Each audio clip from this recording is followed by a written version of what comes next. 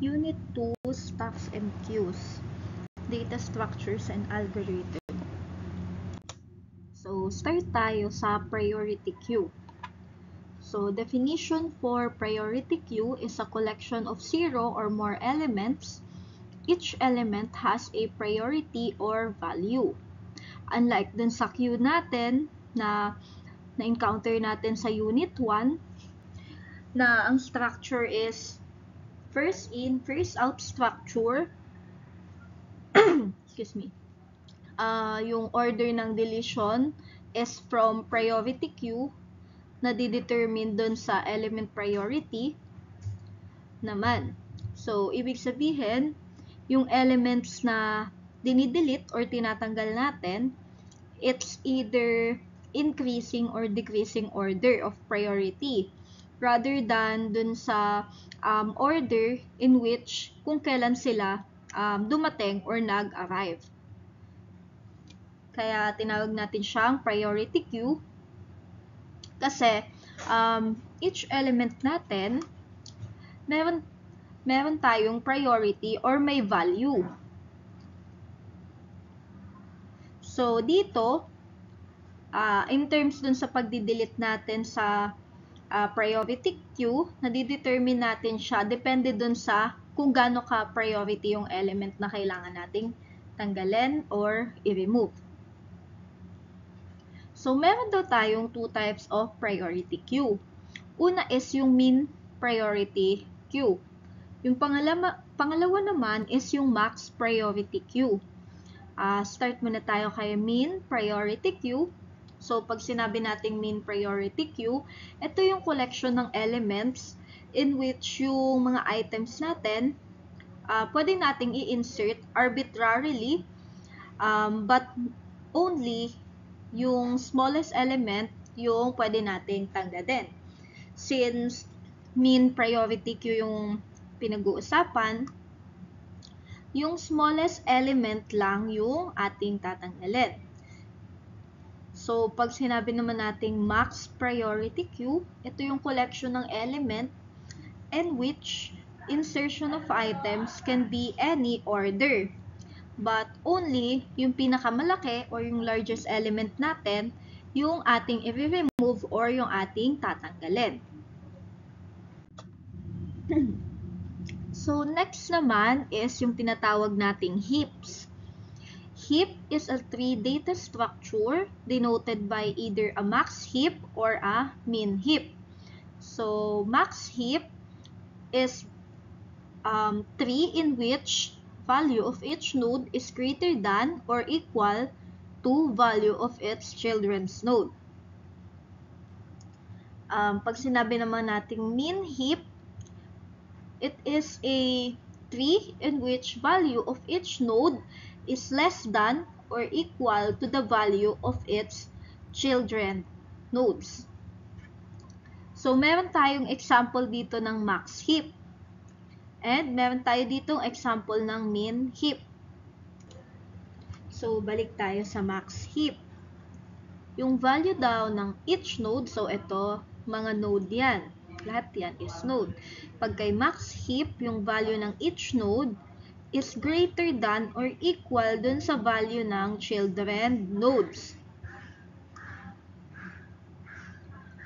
While si min heap, yung value ng each node, so ito yung mga nodes ng min heap, is less than or equal dun sa value ng children nodes.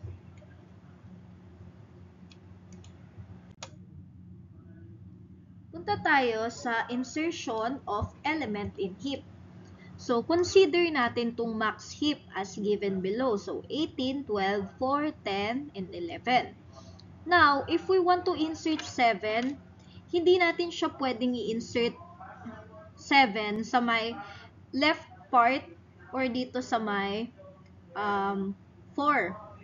Kasi, yung max heap natin is yung property value niya kailangan greater than dun sa parent node. So, kaya yung 7 will bubble up 4 and will be left child of 7.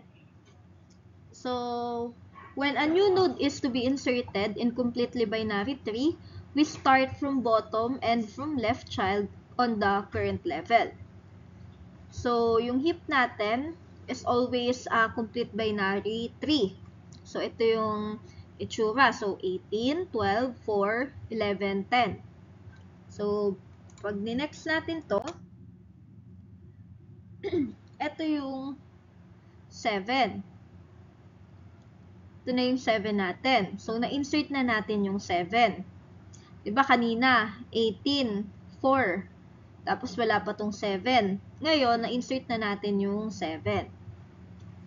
Ngayon naman, if we want to insert node 25, then 25 is the greatest element and dapat siya yung maging bago or yung maging root. So, kapag mag-i-insert tayo ng value of 25, wait lang. So, pag insert natin yung value of 25, since siya yung greatest or yung pinakamataas na element, kasi, di ba dito, nung hindi pa natin ini-insert si 25, 18 ang pinaka mataas na element. So, 18. Ngayon, kapag ka-insert natin si 25, si 18 is mas mababa kay 25. Kaya, si 25 yung magiging nasa taas. Ngayon, itong si 18, bababa siya. Then, mapapalitan siya ni 25 dito. Then, bababa siya. Si 18, mapupunta sa baba. Then, si 4. Ngayon, ito na si 25. Kasi, siya yung highest element or greatest element. Paano naman kapag magdi-delete tayo ng element from the heap? So, for deletion operation,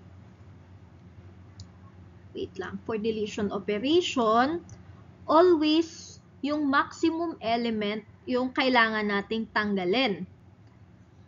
So, kapag since nasa max heap tayo,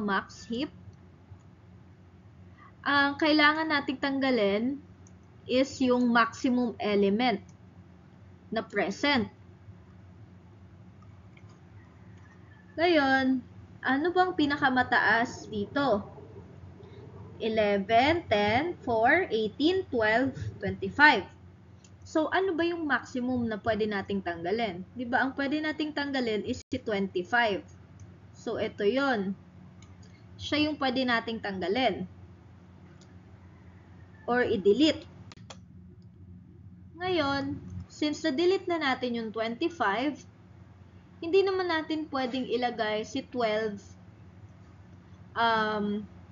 or si 18 as the root node.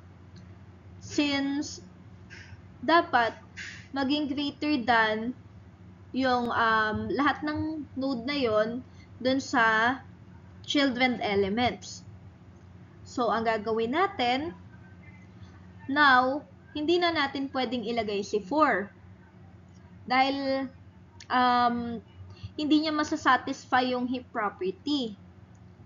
Ang gagawin natin is yung mag-a-add tayo dun sa bubble up natin. So, 18. So, 18 and yung place ni 18, magkakaroon tayo ng 4 at position of 18. Then, saan na yun? So, at position of 18. So, kapag yung 18 natin, kung itong 18 natin is madi-delete, ito, di ba 18, siya yung highest ngayon.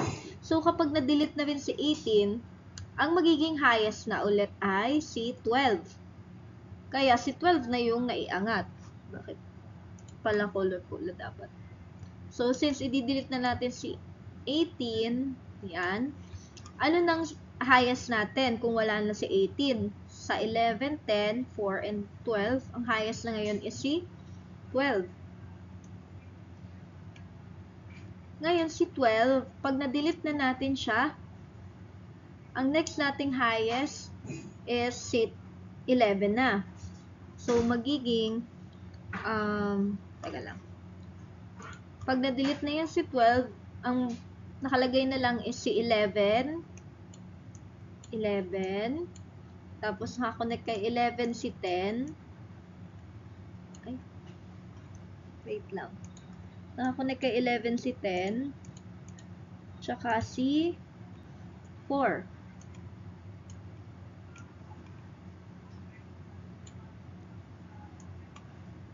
Si 10, tsaka si 4.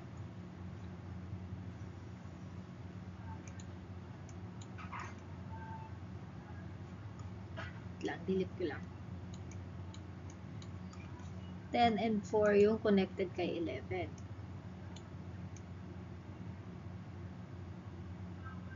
Ayaw talaga masulat ng 10. So, basta 10 and 4.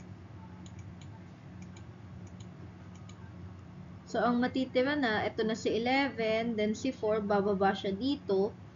Tapos, connected dito si 4, 10. Tapos, si 11 na yung magiging parent node.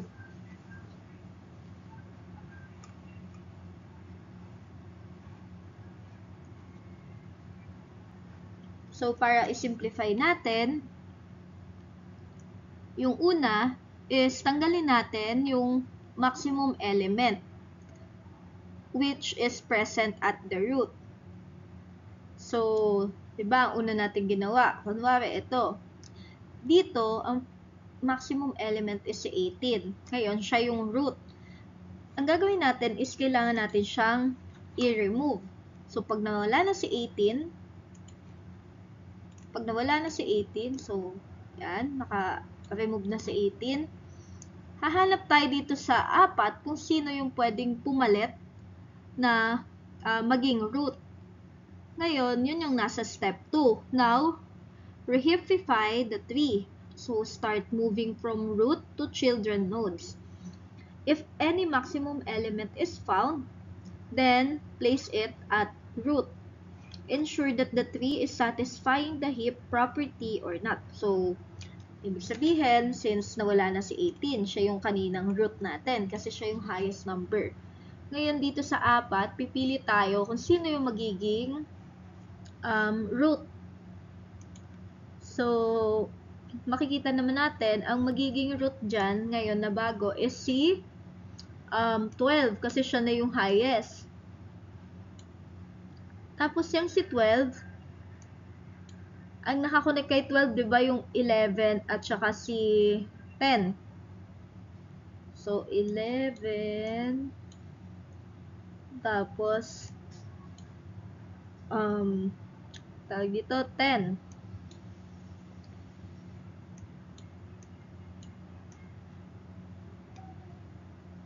Tapos, dito sa kabila is si 4.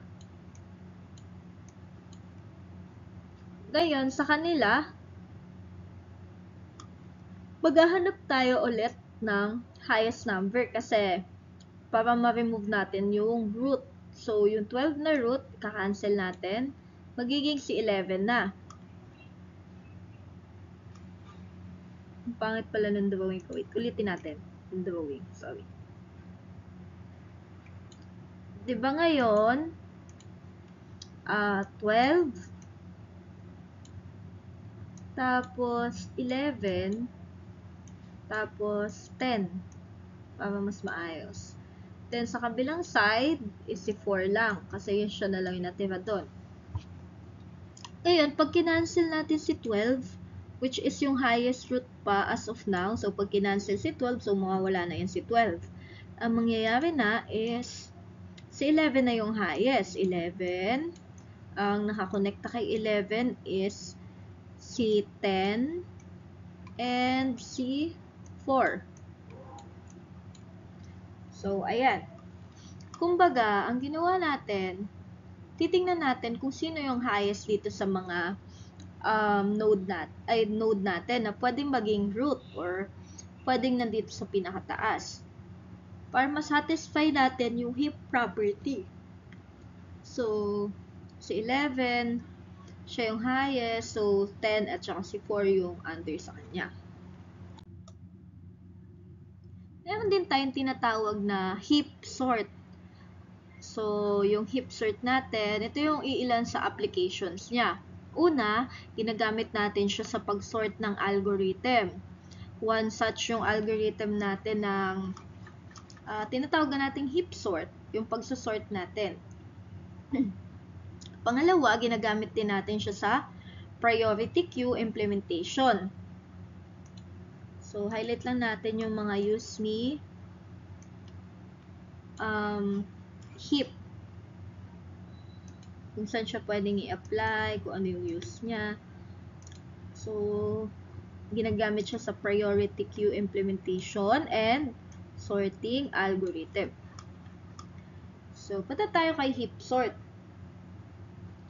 Si heap sort, siya yung method kung saan yung binary tree natin is ginagamit natin. So, sa method na to, yung unang heap natin is na gagawa natin by using the binary tree and nasasort natin siya using naman yung priority queue. So, para mas maintindihan nyo, example natin is may value tayo ng 25, 57, 48, 38, 10, 91, 84, and 33. So, in the heap sort method, ang una nating gagawin is we first take all these elements in array. So, gagawa tayo ng array. So, 'di ba, ang array natin is nag-i-start tayo lagi sa 0 until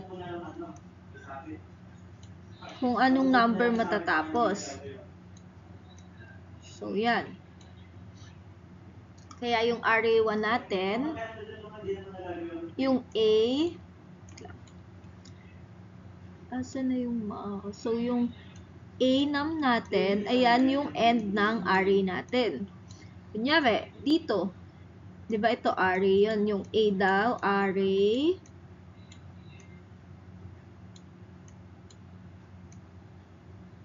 so, array yan. So, nag-start tayo sa 0, 1, 2, 3, 4, 5, 6, hanggang 7. Tapos, yung mga value is yung sa 25, 57, 48, 38, 10, 91, 84, and 33. Ngayon, nakabuo na tayo ng heap sort method natin. So, ayan na yung structure. Gagawin na natin ngayon is titingnan natin kung nasaan yung highest value dun sa array natin para maging root. So, ibig sabihin, natin, yung highest value sa array natin, ito array to. Array, ayan, array.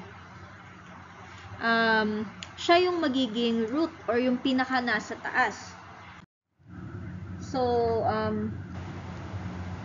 since ang i-insert natin na value ay 25, so, kailangan daw natin mag-insert ng 25. Ngayon, dun sa kanina, yung array natin, yung highest value niya is 57. So, kaya 57. Yung nasa root or nasa pinakataas. Kasi, yung 57, mas malaki siya kaysa sa 25, di ba? Kaya siya yung magiging root natin. Tapos, mapupunta sa left side natin, sa left side natin, mapupunta si 25 kasi mas mababa siya kay 57. Tapos, magi-insert na tayo ulit. So, na-insert na natin si 57. Wait lang. Tapos, i-insert naman natin si 48. So, si 48, mas mababa siya ulit kay 57. Since may laman na yung nasa left side natin, naging 25 na, ngayon, si 48, ipupunta natin siya sa right side. So, i-attach natin siya dun sa right child na si 48. So, andito na si 48.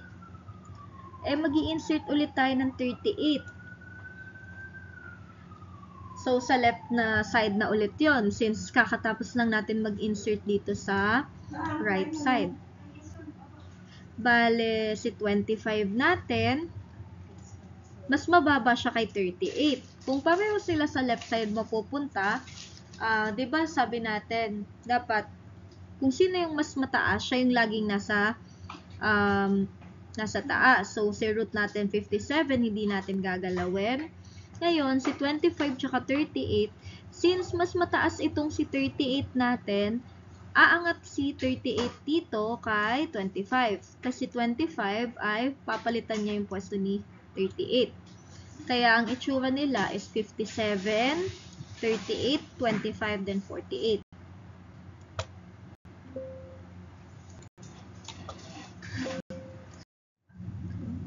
Ngayon, mag-i-insert tayo ng 10.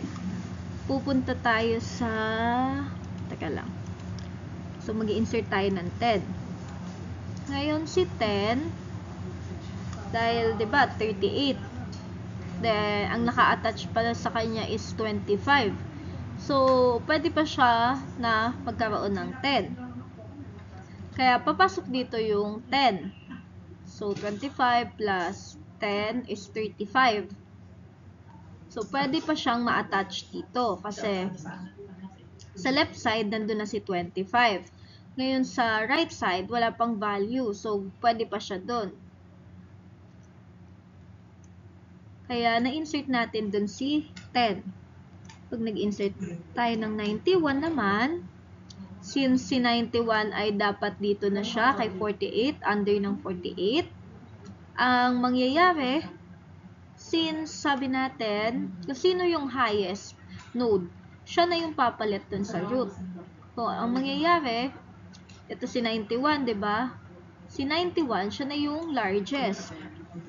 Largest natin na element. So, ililipat natin siya sa root. So, dito natin ililipat. Kaya, ito na yung updated na itsura. So, 91, 57. Si 57 yung nandito kanina. So, bumaba si 57. 57. Pupunta siya dito kay...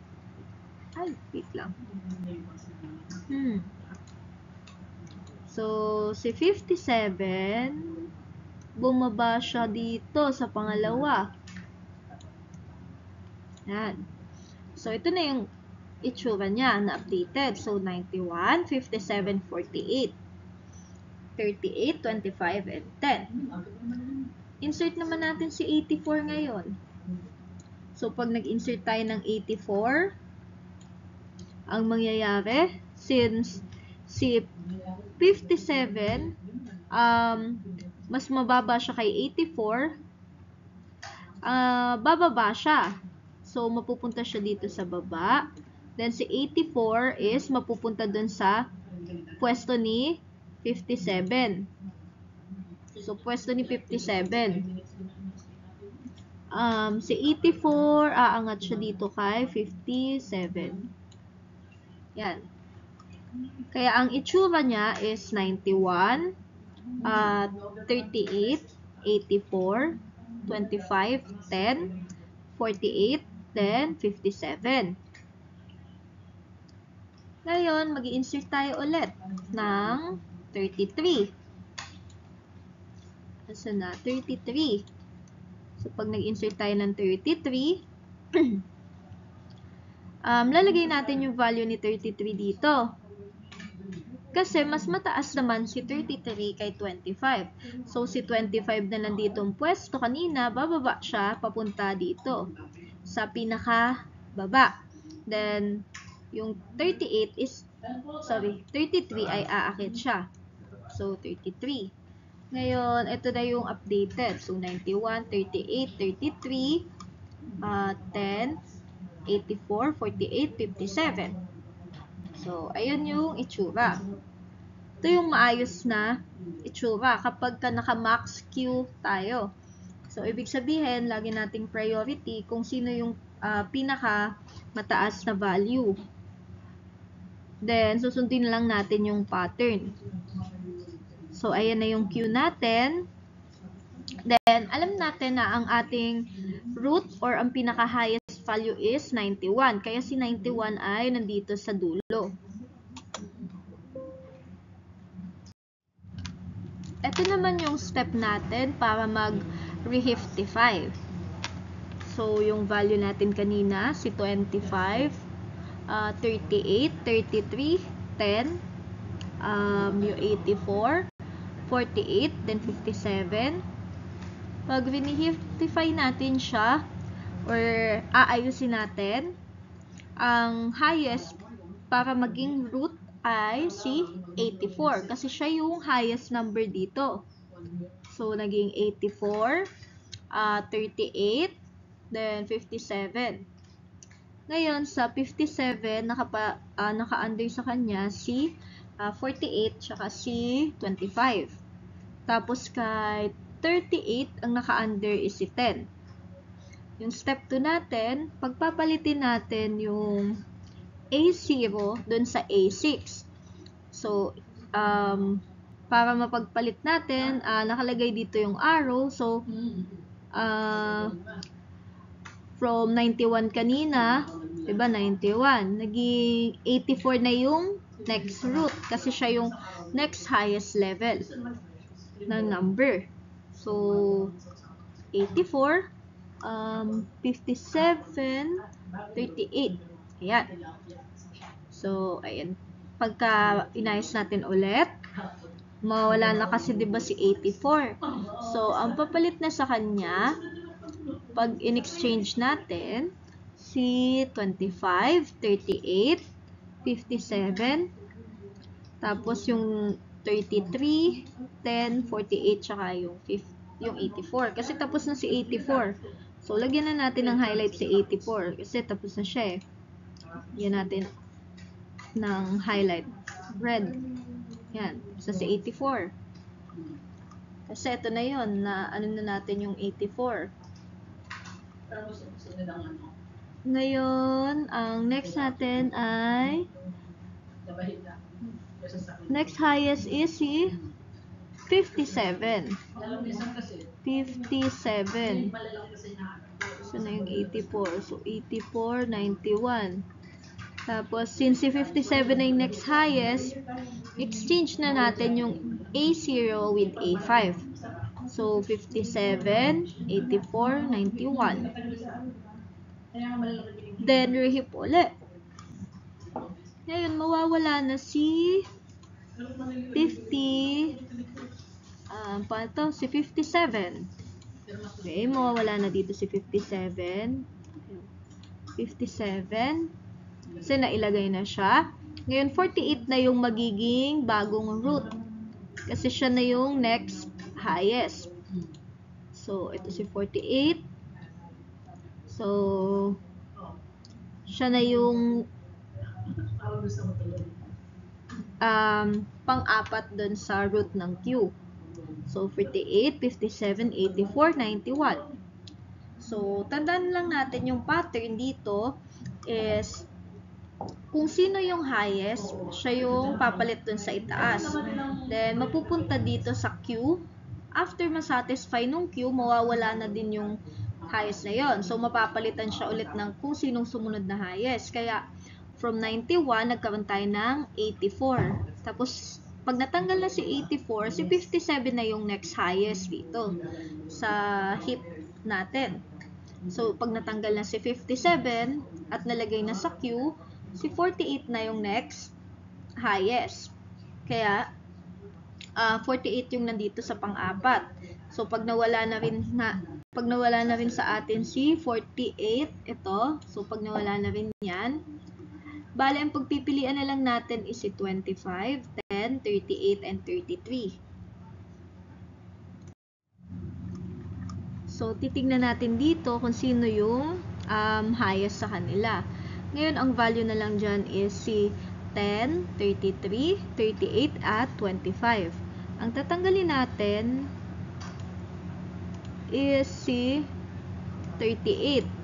Para mailagay na natin siya dun sa ating Q. 38, 48, 57, 84, 91. Ngayon, tatlo na lang. Tatlo na lang yung titingnan natin. Bale, teka lang. Palitan natin ng kulay, baka malito kayo. So, dahil nakuha na natin si 38, dito sa pangalawa, si 38 ay mawawala na. So, ang value na pagpipilian, kung sinong pwedeng maging highest, 33, 10, 20, 25. So, since nailagay na si 38 dito sa Q, sa kanilang tatlo, ang highest is si 33. So, i-highlight si 33. Then, pag nailagay na si 33, matatanggal na siya dun sa heap. So, si 25 tsaka 10. So, obviously, si 25 ang mas mataas kumpara kay 10. Kaya si 25, ilalagay na din siya sa Q. Then, kung sino yung last number, siya na yung nandun sa pinaka ng Q.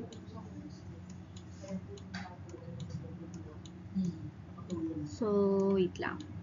Bali dito, since 10 na lang yung natira, so 10, 25, 33, 38, 48, 57, 84, 91.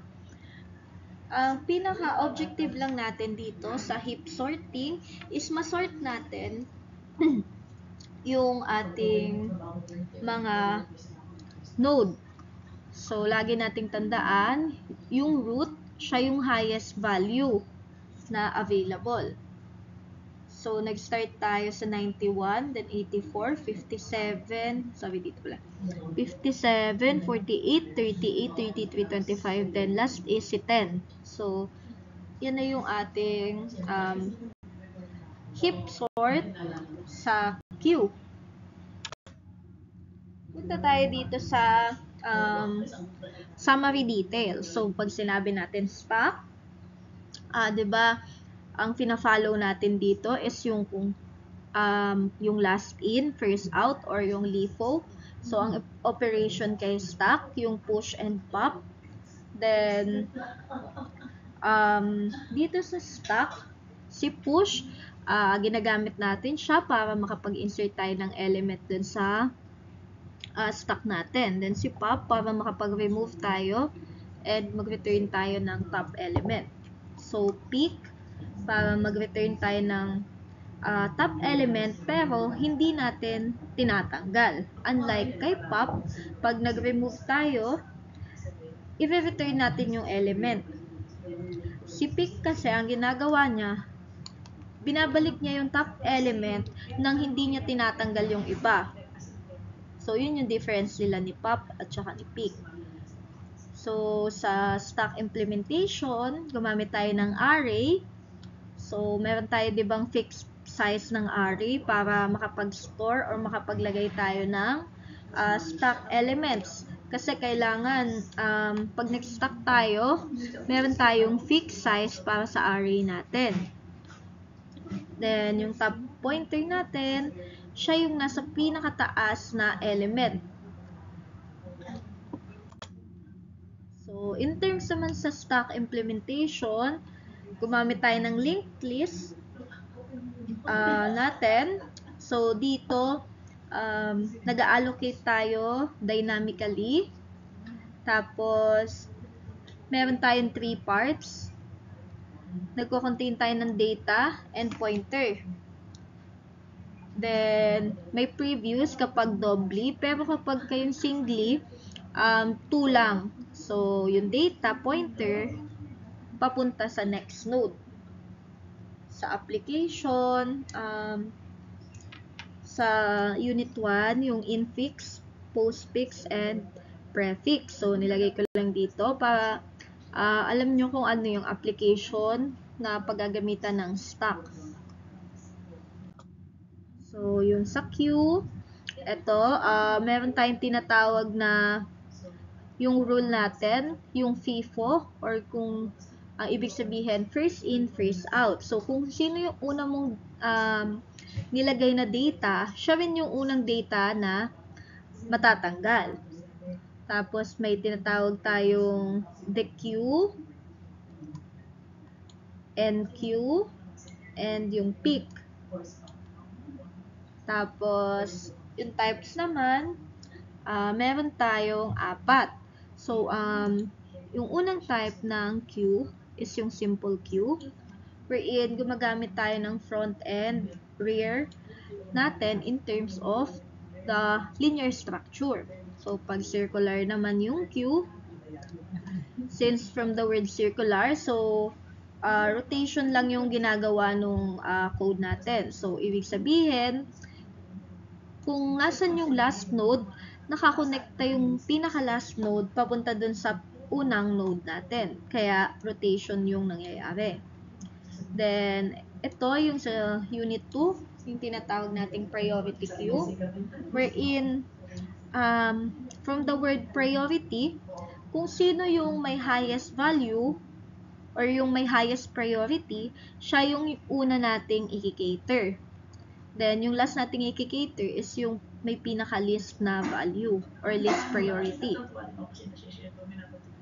Then, yung double-ended queue or yung tinatawag nating dequeue, ito ay yung katulad ng sa Unit 1 discussion wherein yung sa double linked list. Ito naman ang tawag sa kanya is double-ended queue wherein pwede tayong mag-insert and delete from both ends kasi pareho tayong may null sa mga end and front ng queues natin kapag ka naka-double-ended. So, other details for queue implementation, gumagamit tayo ng array implementation with dynamic size and efficient memory use.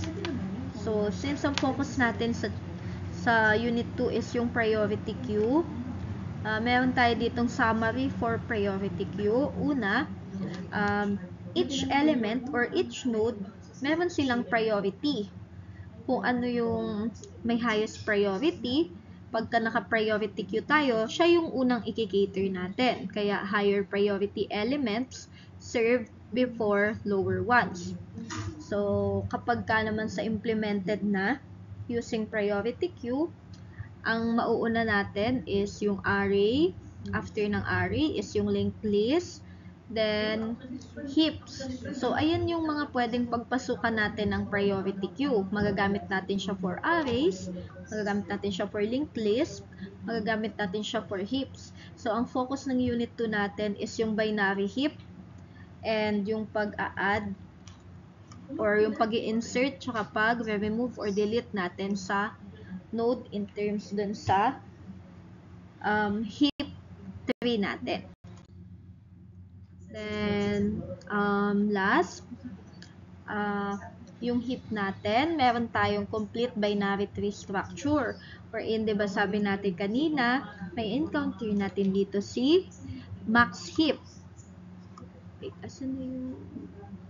May encounter natin si max heap. So, si max heap and si min heap. So, yan yung dalawang structure ng binary tree natin in terms of heap. Diba, sabi natin kay max heap, yung parent natin is greater than or equal to the children. Then, sa min heap, yung parent is less than or equal to, ano yung pangit ng gawa ko? So, sa less than or equal to children. Then, dito sa heap, yung pumapasok na yung insertion and deletion natin. Tapos, wait lang. So, yun na yung last ng Unit 2 presentation natin. So, umiikot siya kay heap, kay priority heap, dun sa ating heap sort, kung saan sinsort natin, mag-i-start tayo sa highest value para maging root or maging dun sa may pinakataas. Then, yung lowest value, siya yung pinaka-last dun sa pagsosort natin ng array.